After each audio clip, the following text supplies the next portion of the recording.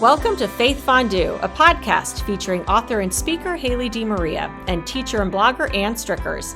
Faith Fondue will feature a melting pot of topics, ignited by a flame, our faith, and guided by the Holy Spirit. It is the week of September 5th, Labor Day weekend, the 23rd week in Ordinary Time, and for many college football fans, which of course both Ann and I are, it is opening weekend. Good morning, Ann. Morning, Haley. Looking forward to talking to you today about back to school for you. This tornado that found its way towards, what do you call it? Do you call it the Eastern Shore? Are you Eastern Shore? So we're not the Eastern Shore. We're Annapolis. The Eastern Shore is the eastern side of the Chesapeake Bay.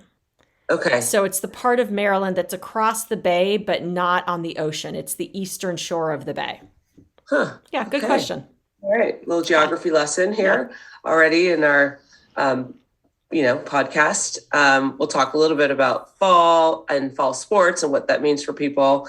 My school year is off and running, and I create an analog for that to something that people might be familiar with. You're going to share the words of Pope Francis, and I would like to talk about the anniversary of 9/11. So tell me, what's hot? What's going on with the flame this week? So our flame was a tornado this week. It made the national news, so a lot of people may have heard of it. So we had our first day of school on Wednesday, September 1st. And, it's exciting, right? The first day of school, the kids are excited, the teacher is excited, there's a ton of energy. We were in person last year, so there wasn't that added layer to it, but there's also the added energy and, curiosity and anxiety, even for some, over this Delta variant. We're still dealing with it, but, about 1:15, I got a message from a colleague that said, we're closing it too. There is a tornado coming because of the hurricane. So, you never really know, are we overreacting? Are we panicking? Are we creating all of this disruption on the first day of school? And for our parents, it's not easy to kind of all of a sudden on a dime pick up your child in 45 minutes for some families. So there's always that, what are we really doing here? So we get in the middle of Carline, and it's about 2:00, and about 10, 15 minutes into Carline, which, I don't know if you do Carline in high school, you have drivers, but the first couple weeks of Carline is always an experiment as well, right? Because you have new families, they don't know what they're doing. We get an alert on our phones that there is a tornado warning. It has touched down in Annapolis. Take shelter now. Wow. And yes. And I will say, overreact. We have, new leadership in our school. Our head of school is just entering her second year. And I have been so impressed, even last year, this year with COVID, it must be an extraordinary time to be a new head of school. She, in a second, bring the kids inside, took control, shut us down, sheltered in place. And that's a scary thing for a child too, right? All of a sudden there's a tornado. Our faculty was amazing. Our lower school middle teacher got her guitar. She's singing "This is the Day the Lord has made" with our students in the hallways, as they're sheltering.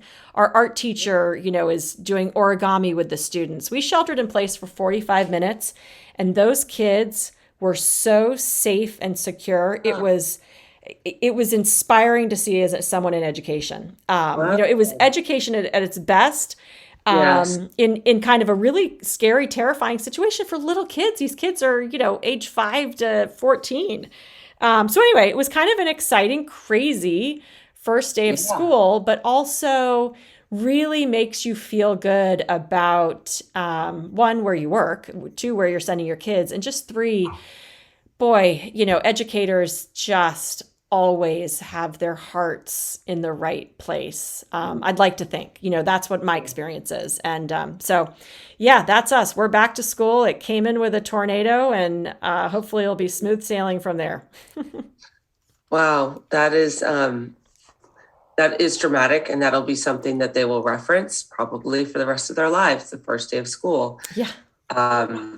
We certainly have not had a tornado, Haley. We've had air quality issues because of fires, which are slowly being contained. So that's some good news. And for example, our, football team wasn't able to play last week, but they were this week. So small signs of just, and people who had to evacuate are able to return. So small signs of hope. But I've always likened the beginning of the school year to getting a plane off the ground. It takes so much effort to get the plane, lifted so that you're in cruise. What is the cruise control or what, or you can take your Yeah, seatbelt off. autopilot, right. Or you get to that 10. That's a great analogy because Yeah. there's so much that goes into it and there usually is a little turbulence kind of bumping as get Correct. to that 10,000 feet. Yep. And that's sort of what the first couple weeks of school are like, right? A little bumpy. True. You're True. you're It's hanging also on, you're trusting the pilots, the leadership. Yeah. well, it's the most dangerous part of the flight as well. So take care as you start that. So we're not quite cruising. Our seatbelts are still on, Yeah. but we're getting there. And you're just always reminded, like, for example, the importance, I teach high school, so I have classes that change.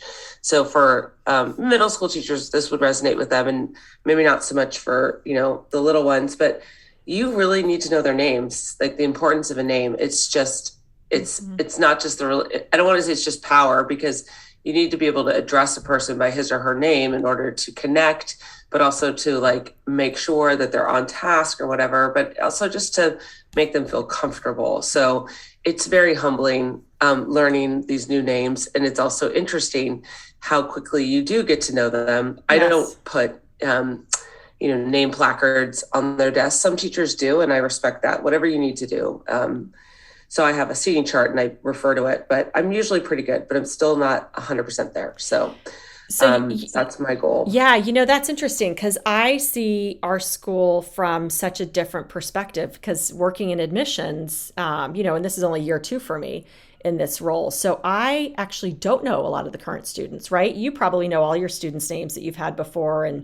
But I know all the new kids, all these new students who are walking into the building for the first time. So I actually loved that part of my job this week because I would stood in the lobby, with other parents or other teachers and faculty members, and they're welcoming in all the students that they know.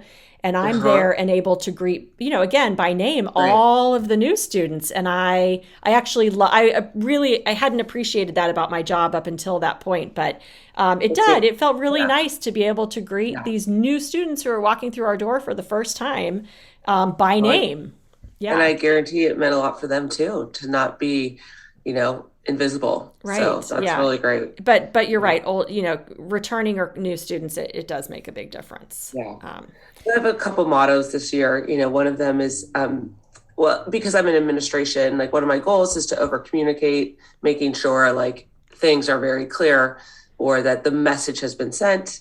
Another one is assume nothing. I just think it helps to not assume that people know or understand, but there's so many gaps that could happen there. For example, we had selection of captains for my varsity girls golf team, and I had said you can vote for yourself, but some girls didn't hear it. So don't assume that they do hear it. Put it in multiple formats, put it in writing, say it, etc.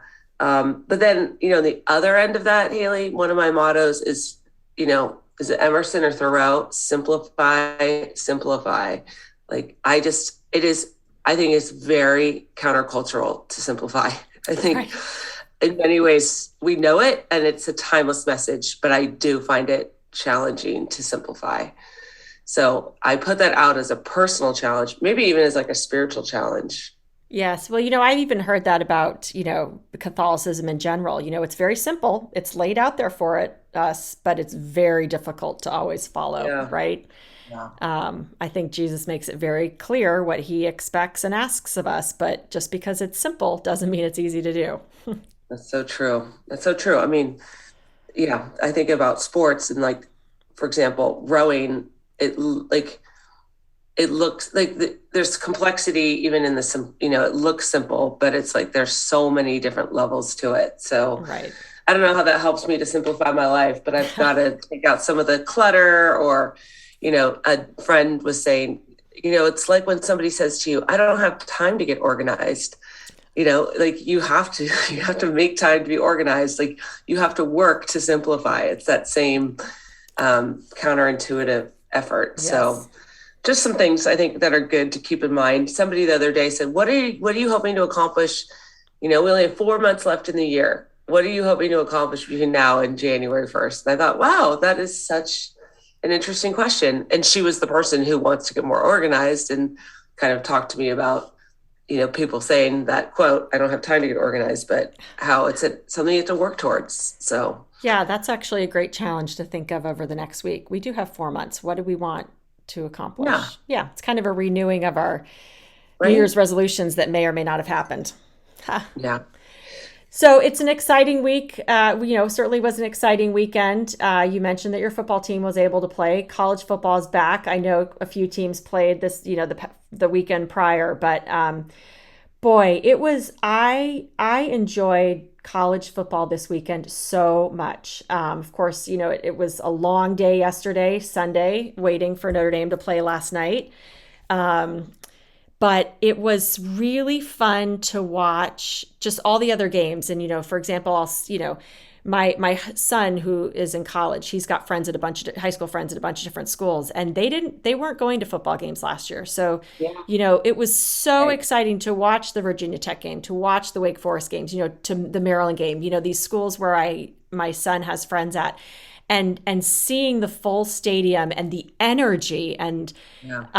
and to know that they're experiencing this for the first time. I smiled all weekend thinking about just fans back in the stands. And there was a lot of great games and just a lot of energy around college football, which of course I know both you and I love. But Yeah. it kind of gave me a different perspective, realizing some of these kids are there for the first time, and how exciting that is. Because as as much as we love football, there's nothing like being a student at the games. Yeah. It's great as an alum, but being the students is super fun. And we Yeah. can talk about college football a little bit more. Of course, football dominates the fall for most people. Water polo kind of dominates our fall schedule. My Yeah. son Edward is a senior. His high school team is playing. They returned to competition this weekend. It was so fun to watch. And I think in some ways it's no different than these college football, athletes who are playing that we see on TV. They just love to play, and they're so Yeah. excited to be back on the field and have fans there. And, that's how I felt this weekend. It was just so fun to watch these kids play in the pool, this sport that they love, and, Yeah. be able to watch. So Yeah. It's exciting. exciting sports filled weekend for sure. Yeah. And there are like times in the year that are just great, like sports, like, I don't know if you want to call it like epic, or there's just where it overlaps, because Major League Baseball is really exciting right now. The Giants, my team, are in first place, and the Dodgers came to town. And, I've always thought like a good rivalry is such a gift. To have a rival is, a treat, because my high school was very like dominant in football, and they didn't really have a rival. And so, to have like a long-standing rivalry is just, it makes things better, whether it's tennis, any sport, baseball, football. So they battled it out, and the Giants took the series 2 out of 3. That's their final meeting of the year. Giants won 10, the Dodgers won 9. Going into yesterday's game, they even scored the same number of runs against each other. Wow. And it's just, it's exciting. Whether or not you like baseball, it blows my mind, because if you objectively compare the lineups of the Dodgers and the Giants, there really is no comparison. The Dodgers have the highest payroll in MLB. Giants have a very high payroll, so I'm not going to say it's like, way low on the 26 teams, or now if it's 28, I forget. But they have so much talent. Their batting averages are higher, but as a team against the Giants, their batting average is not very good. It's interesting. So Giants did it, and we're vying to win the NL West, because you don't want to be a wild card in MLB. So we'll see. So every weekend now, Haley, I have baseball and I have college football, and we have the NFL on its way too. So Yeah, it's fun. no, you're right. And that, it is exciting. Baltimore, the Orioles are not really having a great season. No, but they had a good win over the Yankees. They did. I know. And, I'm a big baseball fan, and, but it is more exciting when you have a team like that to root for. But I will say I had ESPN on this weekend, and I was waiting for one game to start or another, and they were showing a documentary that they showed before. It was a repeat, and I can't remember when it came out. It might have been 2 or 3 years ago, but it's called Sports After 9/11, and if you haven't seen it, I highly recommend it. And it goes through and walks through the return to sports after 9/11 happened. And Yeah. I just happened to turn it on when they were showing the Mets game against the Yep. Braves, and the, of Yeah. course, the Mike Piazza home run. And that there's so much to talk about there. I mean, we could probably do an entire month of podcasts on, sports and what that meant, especially after 9/11. That program is so well done. I think for those of us who lived through it, and social media wasn't as big 20 years ago as it is now. So I think we Yeah. all knew this was happening and we heard about Yeah. it, but to actually watch it collectively, kind of that return to sports and what it meant in all of the Right. different sports. I mean, it's really powerful. Yeah. And that's why we play. Even when, the Mets are playing the Braves and they hate each other. Yeah. They didn't that day. And, you're always competitive against a rival, but there was so much more going on there than Yeah. sports in that moment. And, it's hard to get through that without getting emotional. Yeah. But Agreed. it's a great program, and Yeah. I would recommend it for anybody. I'm sure I'll watch it. I've got my DVR taped for so much of, the programming that's going on this week. So it's going to be a Yeah. tough week in many ways. It's hard to believe it's been 20 years. Yeah. So, just in terms of our spiritual stew, that is what I would, wanted to kind of talk a little bit about. I haven't seen that program, Haley, but I do show 9 innings from Ground Zero. And it's the story of baseball, in particular, the role it played for the people of New York City. Because, yes, it starts with Mike Piazza's home run. People probably, young people wouldn't know that there was no sports for over a week. Part of it was because, obviously planes weren't even flying. Travel was, minimized by the FAA. So the return of it, and then the Yankees beat the Mariners, who were the best team in baseball. They had the best record in baseball. And then they go on and they're against the D-backs, your Arizona Diamondbacks, and it's just an awesome story. So I'd love to just compare and contrast and the two programs. I remember when I went to the museum at Ground Zero, they had a special exhibit on sports, and I don't know if it's still there. It was new, and I would hope that it's part of it. But, some of the jerseys, some of the kind of, ticket stubs and different things that people had given or participated in were on display. So they did an awesome job at that. And I talked a little bit about the museum in class because one person that I always teach about is Father Michael Judge, who was a Franciscan priest, and he's identified as victim 0001. And it might be a great, powerful cover image. It's him being carried out by first responders from, the tower where he died. He essentially died blessing people on their way out. They asked for confessions. They asked for a blessing. He went into the tower when they were leaving. So they refer to this image of him being carried as a pietà, which is like Christ being held by his mother, when he died on the cross. That's obviously in Rome. But this image really evokes that notion of giving your life in service to others. And, that's what we do. We bury the dead, we carry the body, we tend to the body. And he, had just a very simple prayer that I will include, but I just love it. It's something we can all say. And he just said, Lord, take me where you want me to go. Let me meet who you want me to meet. Tell me what you want me to say and keep me out of your way. And I just thought that's really how he lived his life. And it's so simple, but it's something we can all say. Like, we are instruments for God's grace. So there's places we should go. There are things that we should say. And there's times where we need to step away as well. So I think he's important to teach about. Absolutely. Absolutely. And I haven't seen 9 innings from Ground Zero, so I will watch that this week. Yeah, Yeah, and I would recommend if you have time, which who has time these days, absolutely. but make time for the ESPN series. I actually think it might have been, I think they may have made it when they were doing the opening of the sports exhibit at Okay, that makes the, sense. the Yeah, 9/11 Memorial Museum. yeah. The timing on that seems about right.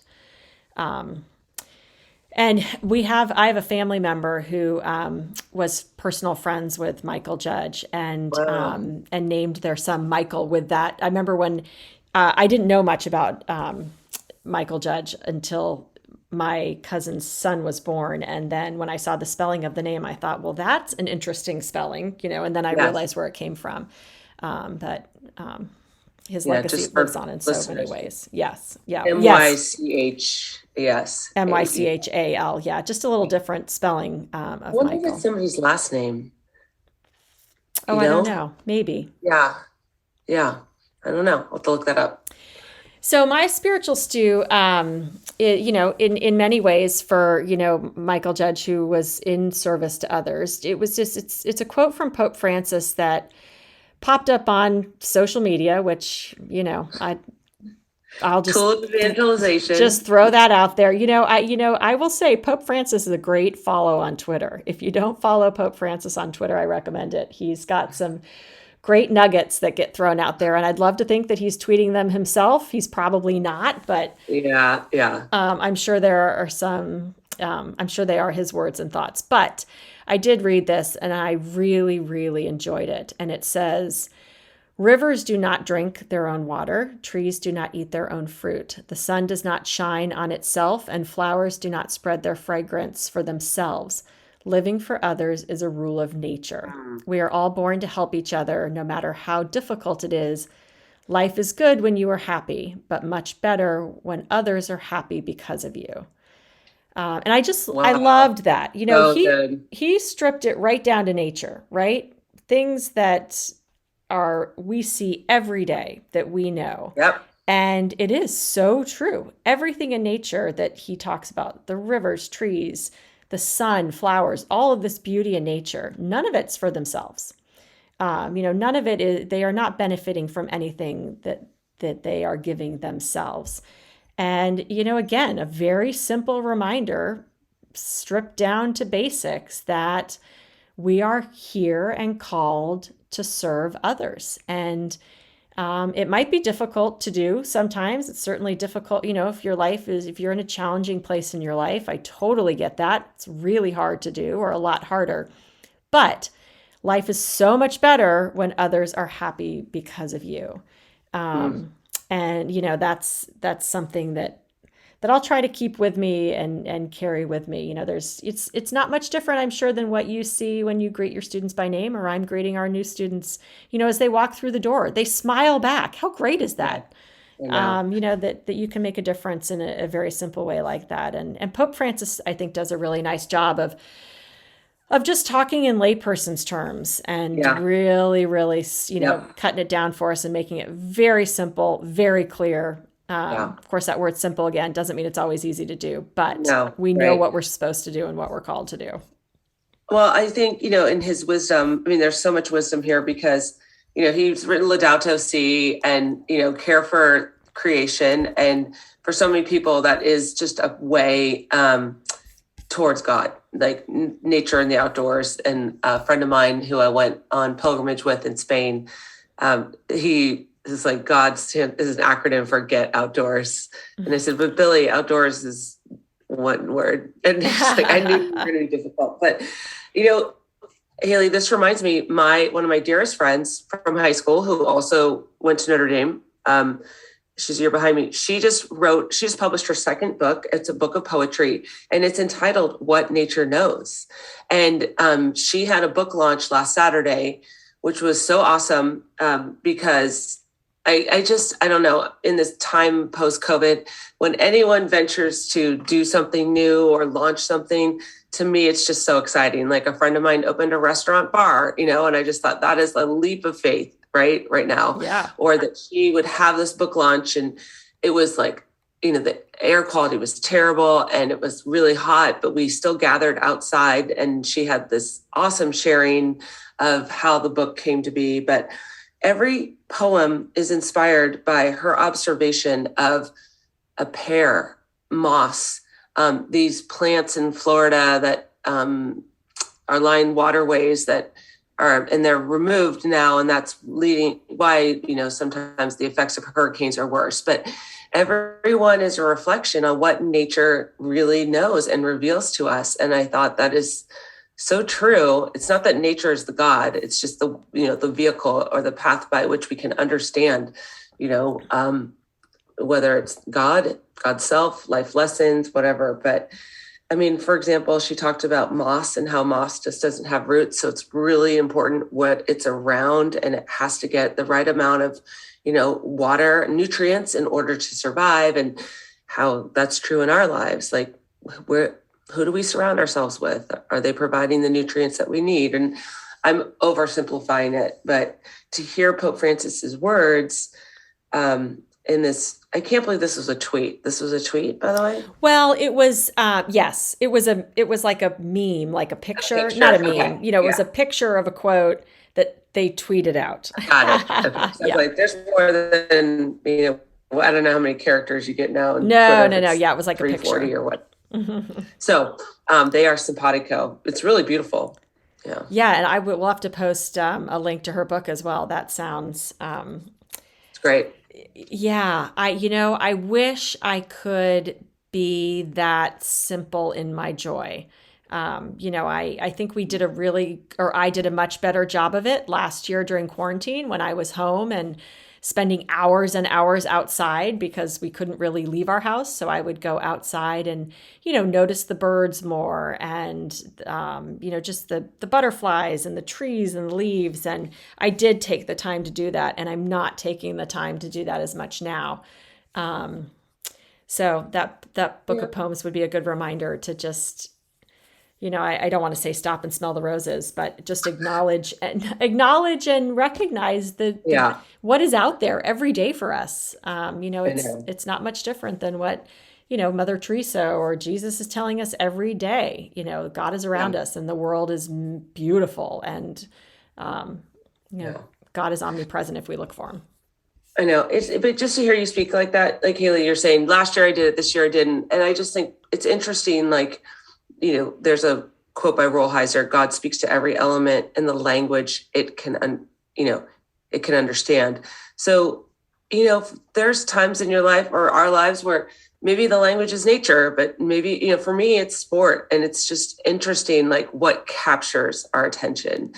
And I feel like I've talked about this before with the difference between sight and vision. It's like, so where, for Krissa, it's not just a one-off. I mean, this is something that she referenced an observation she had, like I said, when she was traveling in Florida, when maybe her son was 3 years old, and she's kept it and she's referring to it in her writing. So it's interesting, like, again, the spiritual discipline of wherever we're at or what we're seeing. So, that's what's capturing our attention, whether it's family life, whether it's cooking for some people. Mm-hmm. For me, it's, obviously sports.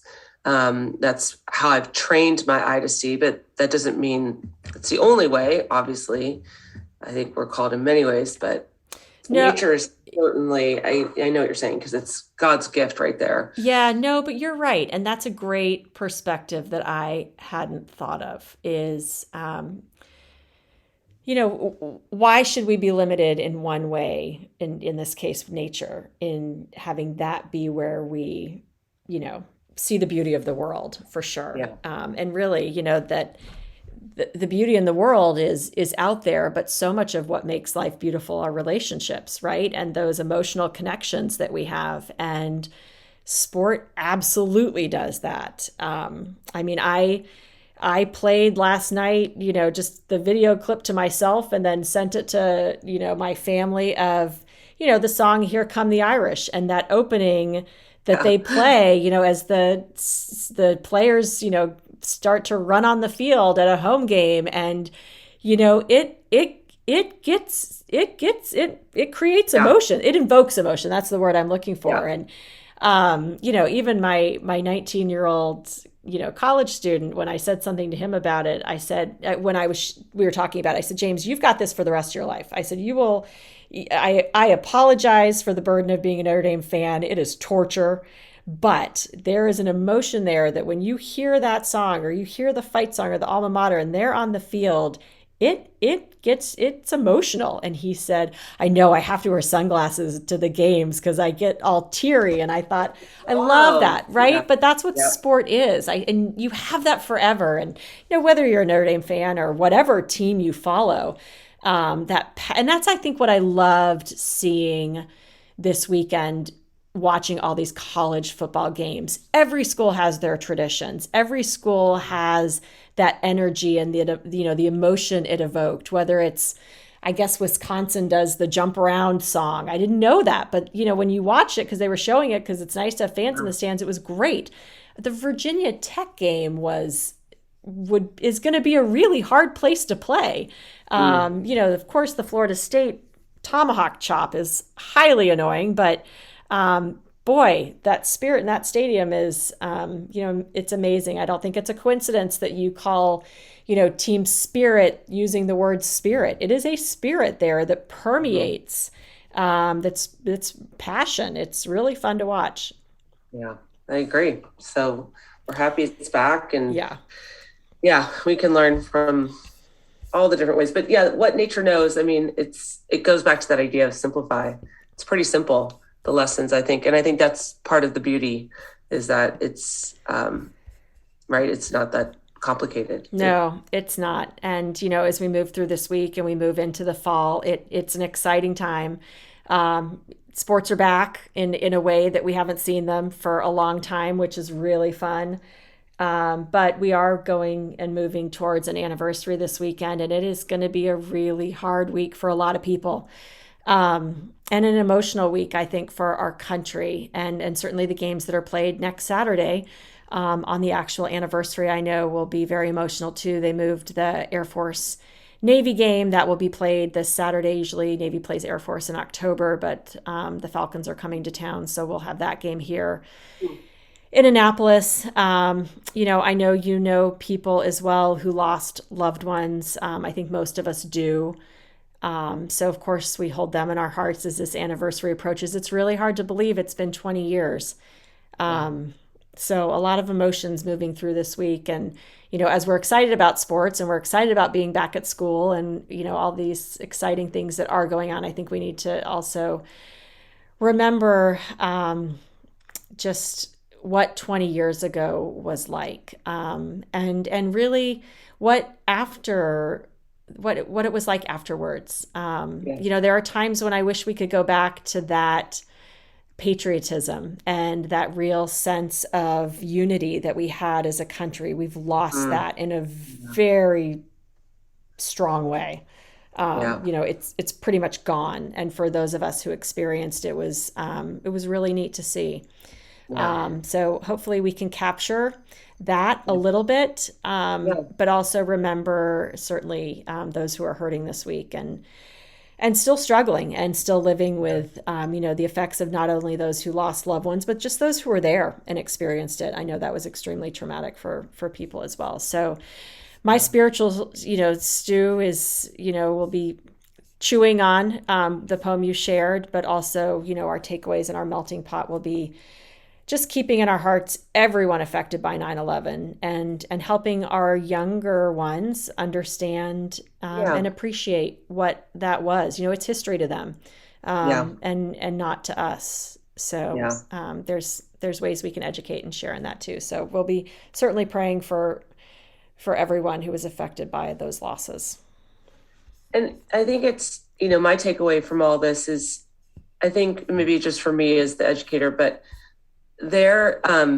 so I've referenced, like, Jim Martin is a Jesuit priest, and he wrote a book, ministering to God at ground zero, but I think sometimes we forget that in the wake of the events of 9/11, you have first responders or any event, whether it's Hurricane Ida or, fires, that these responders have spiritual needs. And so whether it's Michael Judge going into the building or Father Jim Martin was just available, and he was allowed to be in this area near where it's basically like, they're cleaning up a tomb, and he talks about that. And he has a video, it's a brief video, and he just kind of walks people through the different places, and he calls it pilgrimage through the events of 9/11, where he ministered.